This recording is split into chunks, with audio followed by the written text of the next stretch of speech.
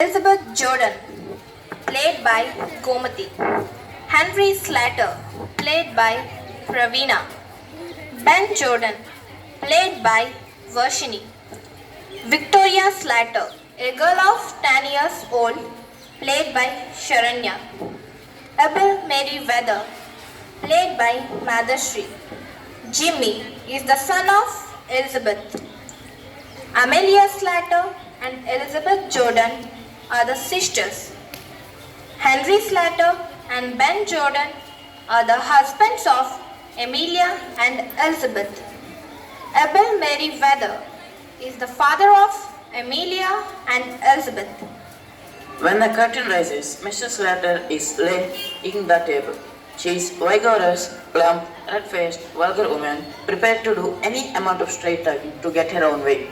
She is in black. She goes to window, opens it and calls into the street. Victoria, Victoria, do you hear? Come in, will you?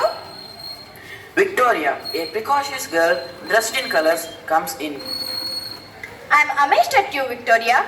I really am. Be off now and change your dress before your Aunt Elizabeth and your Uncle Ben come.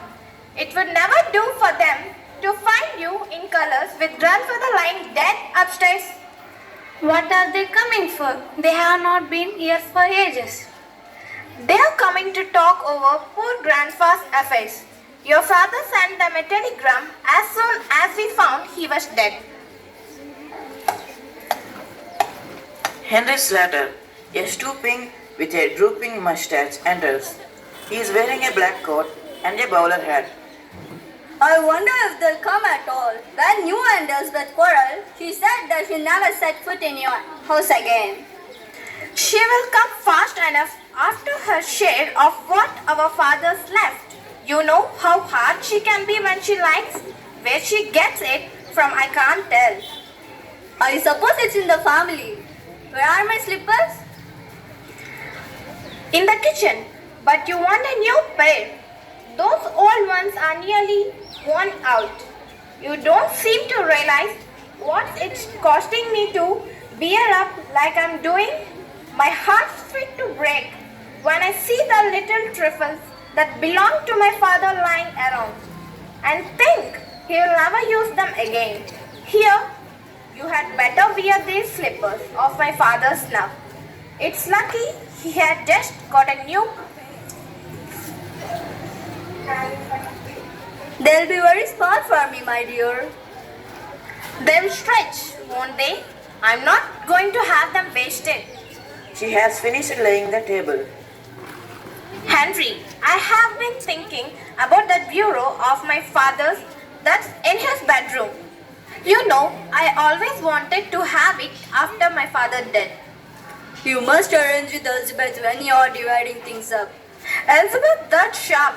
She will see I'm after it and we will drive a hard bargain over it. Perhaps she got her in the bureau as well. She has never been here since father bought it. If it was only down here instead of in his room, she had never guessed it wasn't our own. Amelia! Henry, why shouldn't we bring that bureau down here now? We could do it before they come. I wouldn't care to. Don't look so daft. Why not? It doesn't seem so delicate somehow. We could put that shabby old chest of drawers upstairs where the bureau is now. Elizabeth could have that and welcome. I have always wanted to get rid of it. Suppose they come when we are doing it? I'll fasten the front door. Get off your coat, Henry. We will change it. Mrs. Slater goes out to fasten the front door. Henry takes his coat off. Mrs. Slater reappears. I will run up and move the chairs out of the way. Victoria appears, dressed according to her mother's instructions. What have you got your coat off for, father? Mother and I going to bring grandfather's bureau down here.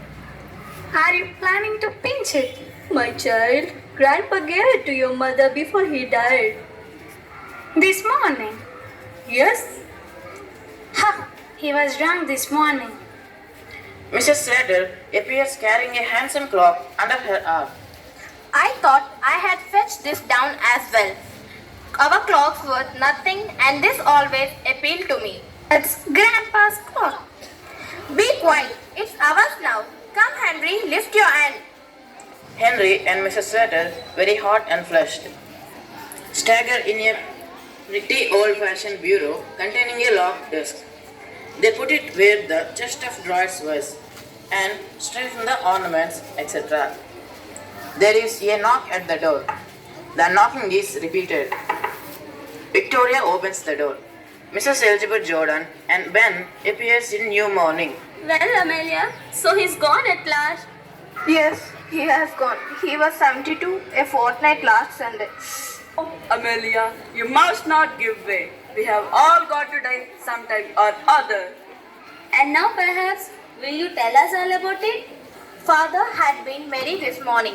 He went out soon after he finished his breakfast to pay his insurance. My word, it's a good thing he did. He always was thoughtful in that way. He was too honorable to have gone without paying his premium. And when I came in, I found him undressed, sure enough, tucked in bed. And when we had finished dinner, I thought I had taken up a bit of something on a tray. He was lying there for all the world as if he was asleep. So I put the tray down on the bureau on the chest of drawers and went to waken him. He was quite cold. Well, will you go up and look at him now, or shall we have tea? What do you say, Ben? I am not particular.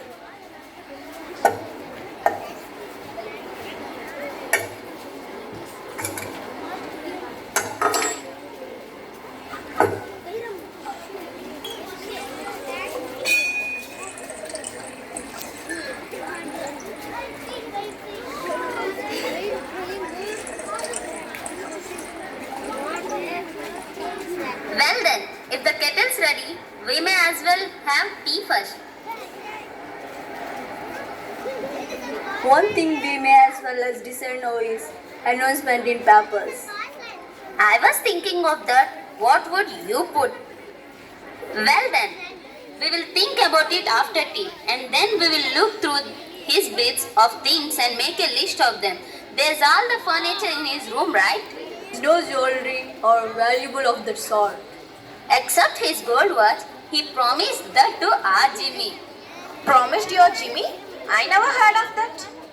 Oh, but he did, Amelia. When he was living with us, he was very fond of my Jimmy. Well, I don't know. Anyhow, there's his insurance money. Have you got the receipt for the premium he paid this morning? I have not seen it. Mother, I don't think Grandpa went to pay his insurance this morning. He went out. Yes, but he did not go into the town. He met old Mr. Manishwar down the street and they went off past St. Philip's Church. Do you think he has not paid it? Was it overdue? I should think it was overdue. Something tells me he's not paid it. The drunken old beggar. He's done on purpose just to annoy us. After all I have done for him, having to put him in the house 3 years, it's nothing sort of swindling. I had put up with him for 5 years.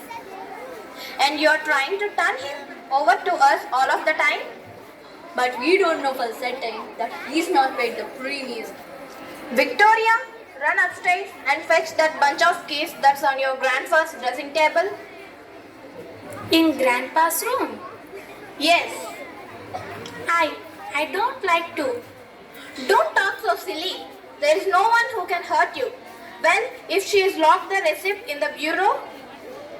In where? In this thing? Where did you pick that, Amelia? It's new since last I was here. Oh, Henry picked it up one day. Victoria returns very scared. She closes the door after her. Mother, What is it, child? Grandpa's getting up. What? What do you say? Grandpa's getting up. The child's crazy. Don't talk so silly. Don't you know your grandpa's dead? No, he's getting up. I saw him. They are transfixed with the amazement. Victoria clings to Mrs. Slater. Hiss, listen. To be continued in next week. We are playing the drama named as The Dear Departed. The characters are Mrs. Amelia Slater,